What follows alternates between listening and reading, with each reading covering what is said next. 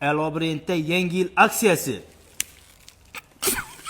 Hazaras'ta bunun yangilik kütvedingizleme. Hemen narsa 100 ming so'm. No 100 ming so'm deysizmi? Ina size 100 ming so'm. Bahosini ko'ring.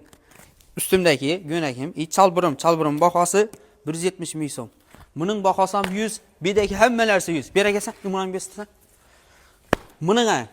İçesim alıp edeceğiz şunu Hazaras'ta. Bunların ay. 170 ming so'm, 200 ming so'm, 250 ming so'm satılgan. Bunu yadınızda olsam ben Türkmenistan'da görüyordum bunu. Türkmenistan'da 300-350 ming so'mluk narsa, bedesi 100 ming so'mdan. İna. Keyin ine bunga görüyorsunuz. Hamma biladi, buni ko'p odam giygan, bilgan, bu trenddagi narsa, ichida futbolka giyib turib, bu 250 ming so'mlik narsa 100 ming so'm. Bulam 100 ming so'm. Hammasi 100 ming so'm. Chalbirlar esa yozki, bo'lmaydi deganlarcha ichim mixli. Ine buni ayting. Hopda.